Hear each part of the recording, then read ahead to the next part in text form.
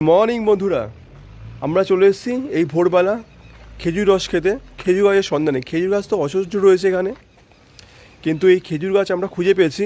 চলো তোমার সাথে সেটা শেয়ার করছি, দেখাচ্ছি কীভাবে খেজুর গাছ থেকে রস হয় সকালবেলা। সেই রসটা দেখো তো, চারিদিকে ঘুটঘুটে অন্ধকার, ভোর এখন বাজে প্রায় 4:30-5টা। এই দেখো, এই হচ্ছে খেজুর গাছ। তোমরা বুঝতেই পারছো, এখান থেকে একটু একটু করে রস পড়ছে। ওয়াও, এই শীতের সকাল এরকম এরকম টাটকা খেজুরের রস, উফ, আর কি চাই বন্ধুরা। মানে রসটা এতটাই হয়েছে, রস এখান থেকে পড়েও যাচ্ছে, তোমরা দেখতে পাচ্ছ।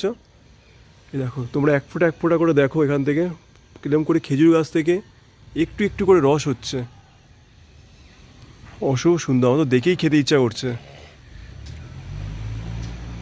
বাহ, খুব মিষ্টি রস। চলো আগে খেয়ে নিই, তারপর কথা হবে।